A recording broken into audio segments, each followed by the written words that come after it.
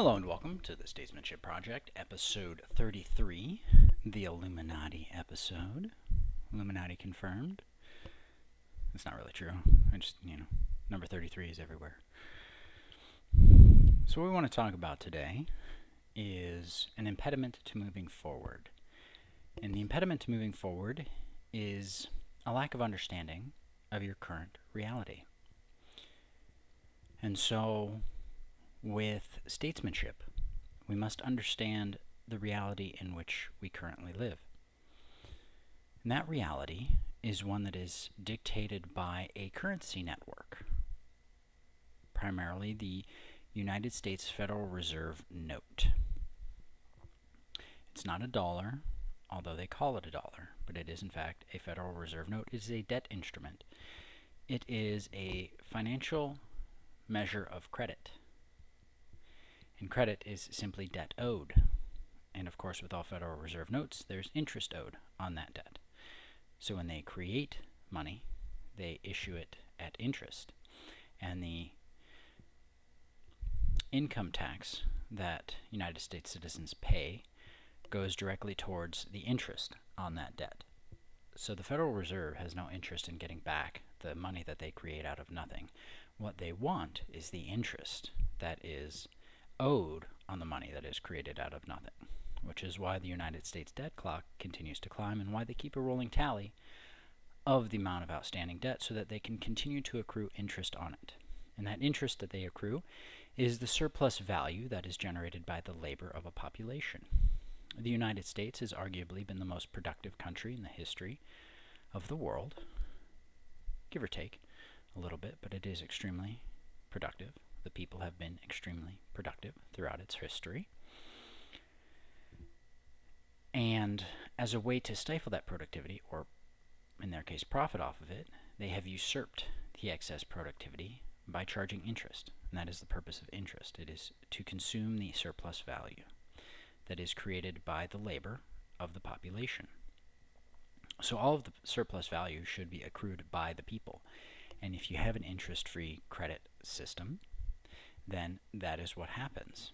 However, the financiers who are in control, the Jews that run the system, they want to usurp as much of our productive value as they can. And if you want a better understanding of what I mean when I say Jew, you must look to E. Michael Jones's work, as it is not a racial distinction, but a religious one. They are inverters of reality. They willfully oppose the Logos. It's explicitly Jesus Christ, but Logos in all of human history and direction. They invert reality. Ultimately, this makes them Satan worshippers, but I digress. Back to our current financial system. So what we would like to do is to create our own communities, have our own sovereign communities, and set up a system by which we can exchange goods and services amongst ourselves free of their system. Well, we can't do that if we continue to use dollars.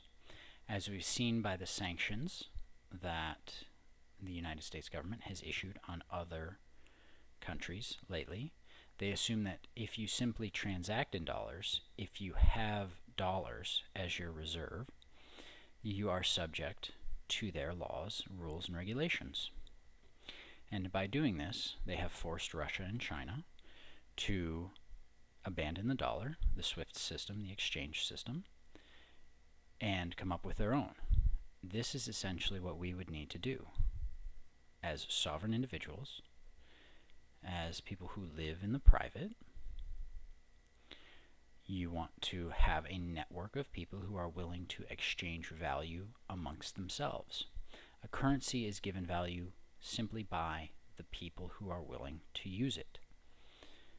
And so if you have an entire network of people who are willing to exchange their value for that currency has value.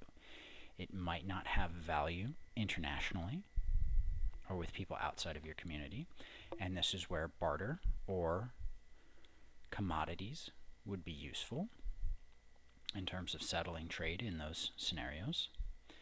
However, within a domestic market, having our own currency network, one that does not rely upon United States dollars, United States Federal Reserve notes, would be ideal. And this is where you get into the weeds, because as soon as you start doing that, the government will come after you. And this was the idea, I think, possibly one of them anyway, behind cryptocurrencies, was this idea that we create our own currency network, and then we can use that as a medium of exchange amongst ourselves.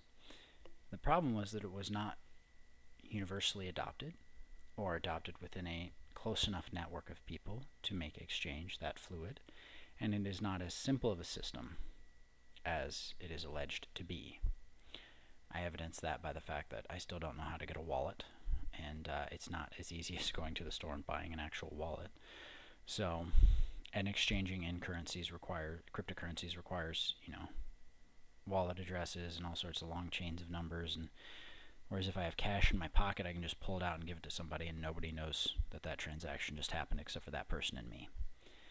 And that is the simplicity and anonymity that you need if you're going to have a successful currency network. You need people to be able to meet face-to-face and exchange value with one another in a private way. And until there is a way to do that, to tie physical paper currency to a blockchain of some kind, which I imagine there would be a way to do that with barcodes and such, be able to scan it, and then once it's scanned into like a bank, then that currency is then uploaded onto the ledger, and then it doesn't come back out, maybe ever again. There would be a way around doing this, but I digress. I'm getting off topic here, because this is the world in which we live in. Yes, you want to be able to create your own community, your own governing systems, and your own currency networks. That is the biggest impediment to freedom within our society, aside, of course, from people becoming godly. I mean, you have to have a moral people in order for any of this stuff to work. So, after everybody achieves morality, then we can have a currency network.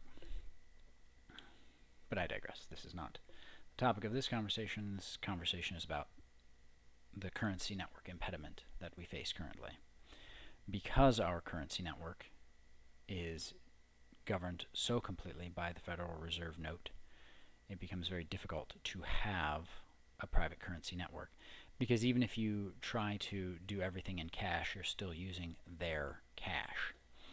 So you would need to have a network that is willing and able, full of people, to create their own currency and use that as a medium of exchange amongst themselves. And as long as you're not trying to pass this off as, quote, legal tender, you can probably get away with it.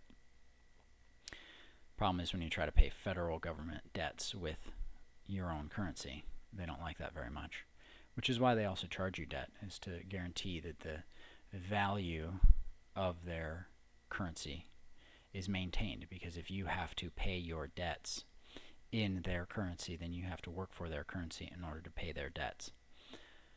And this, by having usury, it perpetuates that system as well, because you're constantly paying off debt. And if you have to constantly pay off debt, then you have to constantly work for their currency in order to pay off their debt.